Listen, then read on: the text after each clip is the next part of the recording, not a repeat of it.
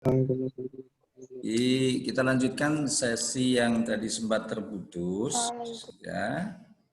Kita kembali kepada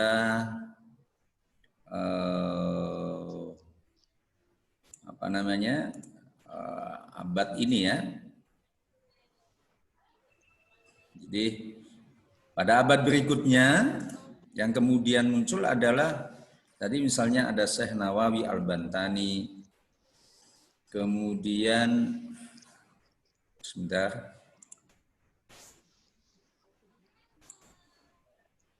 Ada Syekh Nawawi Al-Bantani, ada siapa namanya? Belum kelihatan ya ini.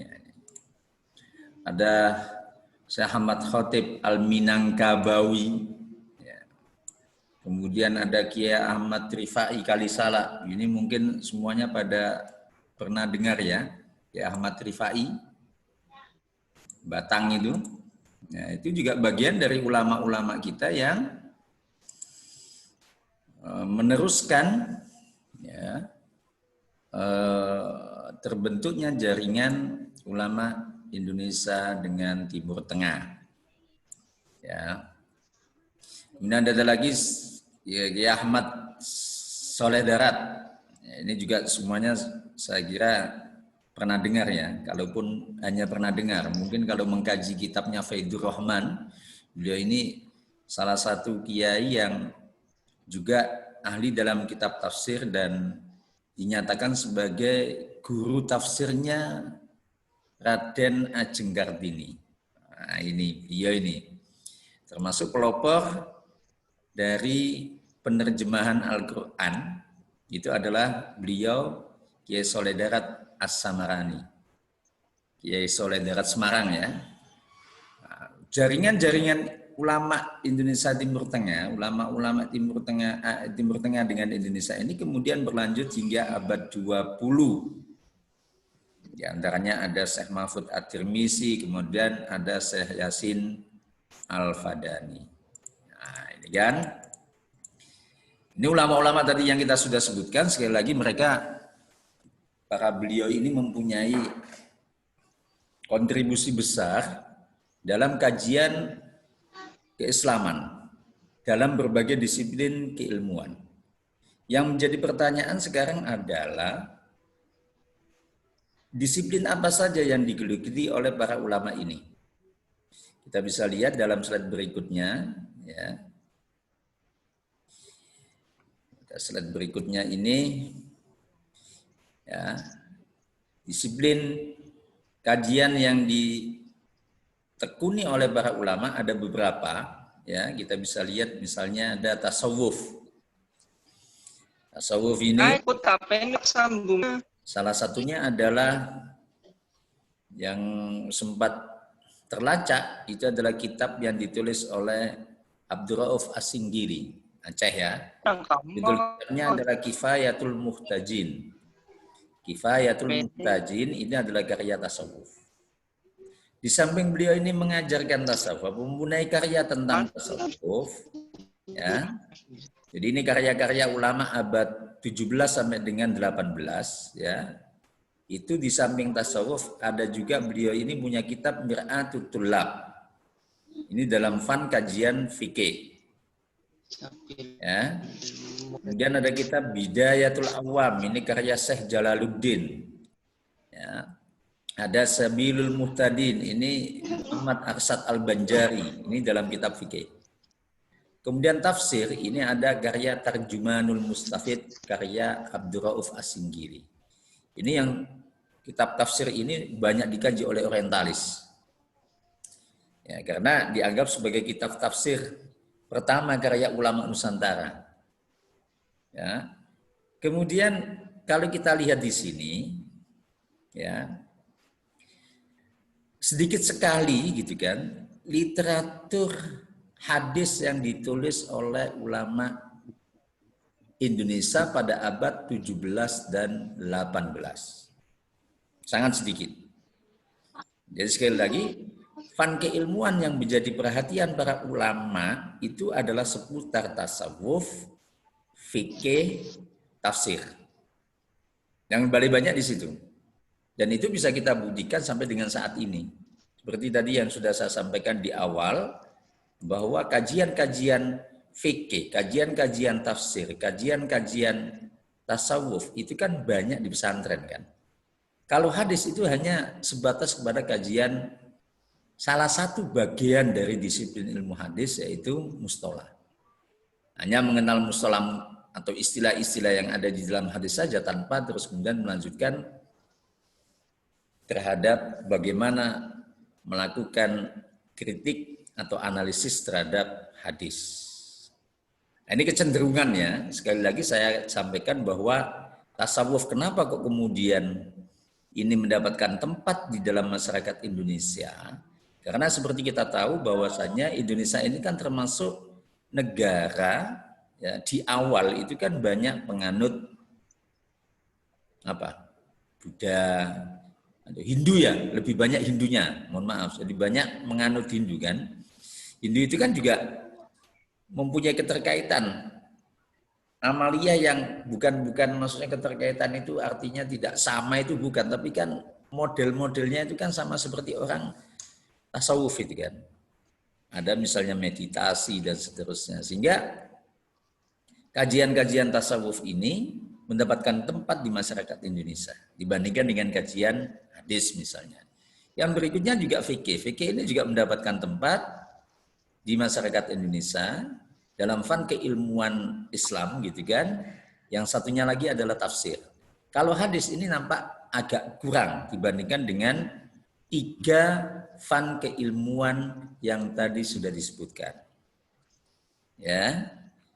Kalaupun misalnya ada seperti yang di paragraf berikutnya itu, hanya ada kitab Al-Hadis Al-Musamma Bisyifa'il Qulub. Ini pun kalau dilihat judulnya saja itu kan Syifa'ul Qulub. Ini kan kita bisa menerka-nerka bahwa kajian hadis ini mencantumkan hadis-hadis yang berbicara tentang tasawuf juga. Sehingga secara ringkas bisa disampaikan bahwasanya ulama-ulama Indonesia abad 17 hingga 18 Masehi, kecenderungan kajian keilmuannya pada 3 disiplin keilmuan. Yang pertama adalah tasawuf, kemudian yang kedua fikih, dan yang ketiga adalah tafsir. Kalaupun ada hadis itu sedikit. Bisa dipahami nih ya? Oke. Ya. Kemudian slide berikutnya, kalau abad 19, nah ini abad 19 ya. Ini sudah mulai agak menggembirakan gitu. Karena apa? Pada abad ini telah ada ulama Indonesia secara khusus membidangi hadis maupun ilmunya. Contoh misalnya ada Syekh Mahfud At-Tirmizi, atau yang kadang ada yang menyebutnya At-Turmusi, ada yang At-Tirmizi. Termas ya. Syekh Mahfud At-Tirmizi ini punya satu kitab yang monumental. Kalaupun sekali lagi bahwa kalau dulu ulama itu kan tidak seperti sekarang sarjana ya. Kalau sekarang kita berbicara sarjana itu seakan-akan ada pengotakan keilmuan. Sehingga kalau orang itu kuliahnya di tarbiyah taunya tentang pendidikan gitu kan. Tapi kalau ulama dulu enggak, hampir setiap fan keilmuan itu dipelajari. Syekh Mahfud At-Tirmizi misalnya. Kalaupun beliau ini masuk dalam kategori ulama yang membidangi hadis dengan kitab monumentalnya yaitu Manhaj Zawin Nadhr. Jadi Manhaj Zawin Nadhr ini merupakan kitab syarah terhadap Alfiyahnya As-Suyuti fi Ilmil Asar. Jadi ada satu kitab, itu isinya nadhoman. Nadhom itu berarti syair-syair begitu, yang ditulis oleh Imam As-Suyuti. Kemudian kitab itu berisi 1000 sekian, 1000 kurang 12. Ya, jadi jumlah nadhom yang ada di dalam kitabnya Imam As-Suyuti yang judulnya Alfiyah ya, fi Ilmil Athar itu kan berisi nadhom. Jadi Alfiyah itu tidak hanya fil nahwi ya, tapi alfiyah itu ada fil fikhi, fi qawaidil fikhi, ada alfiyah fil hadis lah, alfiyah fil hadis atau fi ilmil athar yang ditulis oleh Imam Asyuti. Ini kemudian disarahi oleh Syekh Mahfud At-Tirmizi dengan kitabnya yang berjudul Manhaj Dawin Nadhar. Bahkan jumlah nadhom 1000 yang kurang dari 12 nadhom ini ditambahkan oleh Syekh Mahfud At-Tirmizi. Ya, kitab ini dipelajari juga di Universitas Al-Azhar misalnya. Jadi mendapatkan tempat yang khusus di para pengkaji kitab hadis. Ya, nanti Anda bisa lihat, coba Anda sesekali mengunjungi channel YouTube-nya Maktabah At-Turmusi. Kemarin yang saya share di teman-teman itu kan ada kegiatan Zoom ya yang membahas tentang keilmuan dan sanad Syekh Mahfud At-Turmusi. Itu kan bisa dilihat lagi di YouTube-nya. Jadi ada YouTube channelnya itu Maktabah At-Turmusi. Ketik aja Maktabah At-Turmusi kemudian keilmuan dan sanad Syekh Mahfud At-Turmusi, maka nanti Anda akan ada di situ penjelasan tentang bagaimana Syekh Mahfud At-Tirmizi, termasuk sedikit ulasan tentang kitab Manhaj Dawin Nadhar. Atas dasar inilah kemudian Syekh Mahfud At-Tirmizi itu dicirikan sebagai ulama Indonesia pertama yang mengkaji hadis. Ya, jadi kajian hadisnya itu tidak hanya menuliskan hadis-hadis Nabi atau mengumpulkan hadis Nabi seperti yang dilakukan oleh tadi misalnya Syekh Abdullah yang menuliskan kitab Al-Hadis Al-Musamma bi Sifail Qulub, tapi beliau ini membahas tentang keilmuan hadis, dari pengertian hadis itu apa, sahih apa dan seterusnya, dan itu dijelaskan dengan sedemikian rupa bagusnya. Artinya apa? Artinya bahwa adanya anggapan kalau kajian hadis itu mendapatkan perhatian menjadi satu fan keilmuan yang diminati oleh ulama Indonesia, itu adalah munculnya abad 19. Dimulai dengan Syekh Mahfud At-Tirmizi yang mengkaji ulumul hadis. Bukti nyatanya adalah karya beliau yang berjudul Manhaj Dawin Nadhar. Nanti Anda bisa browsing itu kitabnya. Ya, Anda bisa browsing kitabnya. Itu nanti akan bisa mengambil kesimpulan. Meskipun sekali lagi bahwa beliau ini tidak hanya pada fan keilmuan hadis, sudah ya. Beliau itu punya kitab namanya Mauhibatil Fadl ala Syarhiba Fadl. Itu kitab fikih, 8 jilid besar. Dan yang luar biasa, kitab syarah yang 8 jilid ini hanya ditulis kurang lebih 40 hari. Anda kira-kira kalau nulis kitab 8 jilid tebal-tebal itu berapa tahun? Nulis makalah katakanlah seminggu gitu ya. Kalau nulis kitab seperti itu, wah kayak apa itu? Dan itu banyak dikaji juga. Ya, dicetaknya di Arab sana, bukan dicetak di Indonesia. Nah, ini kan menjadi luar biasa ya. Jadi kalau Anda ingin tahu sebenarnya seperti apa ya Syekh Mahfud At-Tirmizi dengan kajian kitab hadisnya atau kajian hadisnya, utamanya adalah ulumul hadisnya, maka Anda bisa baca kitab Manhaj Dawin Nadhar itu. Itu kalau bisa. Sebab kitab ini jelas nggak diterjemahkan. Gitu. Ya kan?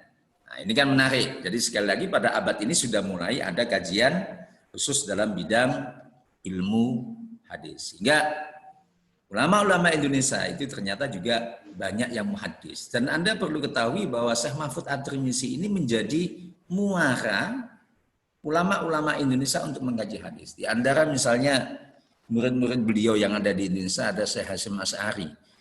Syekh Hasyim Asy'ari ini kan menjadi sanad keilmuan hadis antara Syekh Mahfud At-Tirmizi dengan ulama-ulama Indonesia berikutnya. Gitu ya. Kemudian Syekh Wahab Hasbullah, sampai dengan Syekh Yasin Al-Fadani itu sanadnya itu ya sambungnya ke Syekh Mahfud At-Tirmizi. Ini menjadi luar biasa sekali lagi bahwa pada abad 19 ini sudah mulai muncul ulama-ulama Indonesia yang melakukan kajian terhadap hadis. Setelah itu baru kemudian nanti akan berkembang sedemikian rupa. Sampai di situ ada yang ditanyakan, monggo. Mengeningkan cipta mulai atau ada yang ditanyakan? Tanya Pak. Ya, silakan Mas Agung. Kalau pada masa segang sanad hadis dari Syekh Mahfud At-Tirmizi ini sinten ya Pak? Mungkin wonten. Apa? Ya, yang ya, megang sanad kehadisan, dari Syekh Mahfud At-Tirmizi ini. Oh ya banyak. Kalau pada masa sekarang banyak. Di Indonesia banyak. Santri-santri beliau banyak yang masih memegang sanad itu. Ya. Itu memang khusus hadis dengan Pak? Hadis, kebanyakan hadis.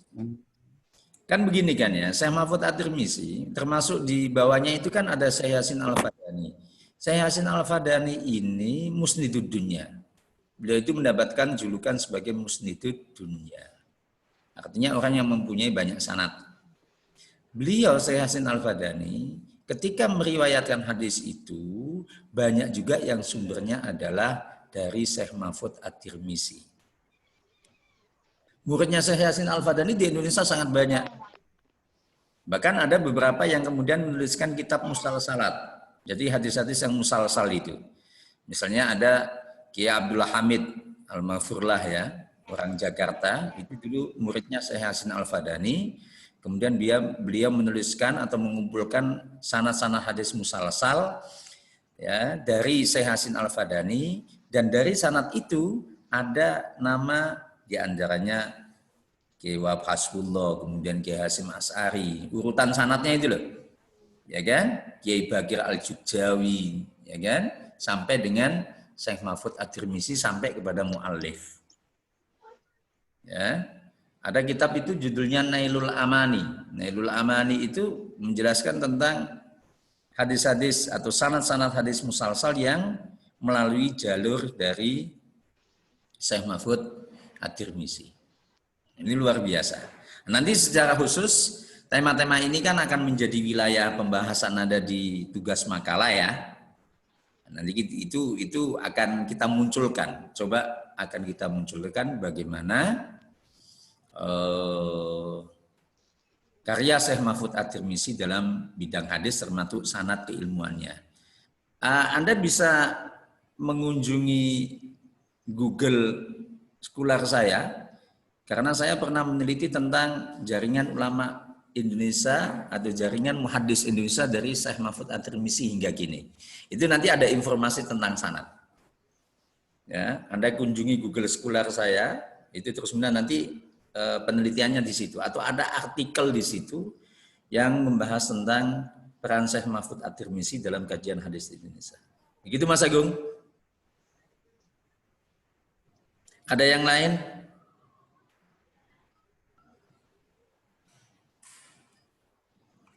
Silakan. Cukup? Sudah cukup capek kuliah dengan Zoom? Cukup ya? Baik, kalau cukup kita akhiri. Minggu depan semoga kita bisa bertemu lagi ya. Minggu depan sudah mulai presentasi makalah? Sudah ya? Oke, sudah presentasi makalah. Baik, kita tunggu presentasi makalah di minggu yang akan datang. Yang presentasi Gria Nabawi bukan? Dan Pak, saya yang satunya Pak, makul satunya. Oh, yang presentasi besok siapa? Awalia, Pak. Oke, Awalia. Awalia ya. Besok kita mulai presentasi. Semoga makalahnya sudah siap dan kita mintakan supaya PowerPoint-nya juga disiapkan ya. Demikian yang bisa saya sampaikan, teman-teman sekalian saya hormati. Tetap semangat, semoga tetap sehat. Ya. Kalaupun menguap nggak apa-apa. Ya kan? Tetap semangat, tetap sehat. Ya kan? Semoga bermanfaat. Kurang lebihnya mohon maaf. Assalamualaikum warahmatullahi wabarakatuh. Waalaikumsalam warahmatullahi wabarakatuh.